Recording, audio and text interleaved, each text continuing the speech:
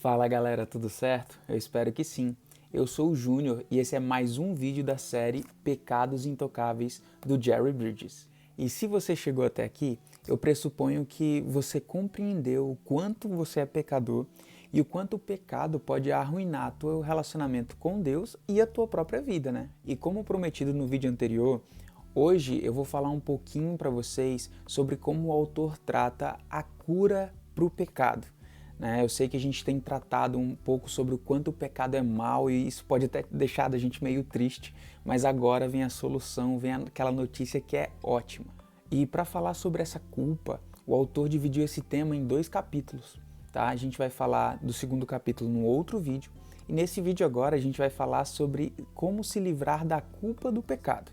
E para facilitar a nossa compreensão, o livro traz 3 personagens. Um é bíblico, um é histórico e o outro é o próprio autor. O nosso personagem histórico é John Newton, ele que é o autor daquela famosa música Amazing Grace, né? Porém, inicialmente, ele era traficante de escravos, né? Viveu a vida inteira assombrado por essa terrível situação. Ele se aposentou desse trabalho por questões de saúde, né? Começou a estudar teologia e depois se tornou pastor. E no final da vida dele, ele falava que não lembrava de muitas coisas, mas que de 2 coisas ele tinha certeza. Que ele era um terrível pecador e que tinha conhecido um grande salvador, que era Jesus Cristo. E o nosso personagem bíblico é Saulo de Tarso, que ia ser conhecido como o apóstolo Paulo. No início, ele esteve presente na morte de Estevão, que foi o primeiro mártir do cristianismo. Depois ele perseguiu um monte de cristãos, só que teve um momento que ele teve um encontro com Jesus, se arrependeu de tudo e declarou que Jesus Cristo veio para salvar pecadores, dos quais ele era o principal.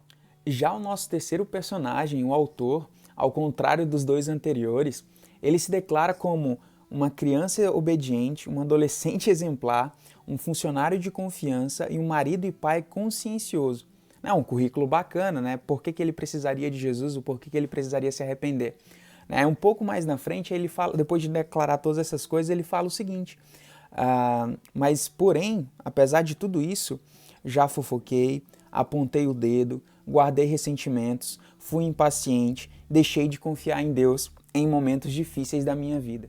Diante dessas últimas afirmações, ele se vê como um grande pecador, mas que está diante de um grande Salvador. O fato de reconhecermos que somos grandes pecadores, terríveis pecadores, mas que temos um ótimo, maravilhoso Salvador, é a única esperança que nós temos para a cura dos nossos pecados. E diante dessa consciência de que somos terríveis pecadores, vem um fato muito curioso. É que ao adquirir maturidade, uma maturidade cristã ao decorrer da sua vida, Paulo parece prosseguir com uma decadência a respeito de quem ele é. Paulo se declara primeiro como o menor dos apóstolos, depois como o menor dos santos e por último como o maior de todos os pecadores.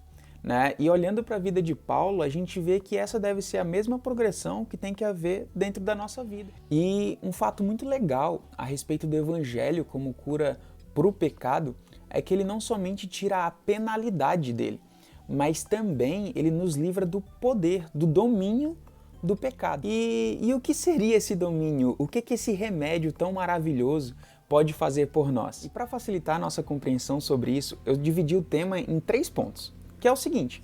Primeiro, o evangelho ele é a solução para aqueles que se veem como pecadores, como doentes, que precisam de um remédio, que precisam dessa solução. E ele tem como utilidade me preparar e te preparar para compreender o quão pecadores nós somos. Em segundo lugar, o evangelho é a chave da prisão do pecado.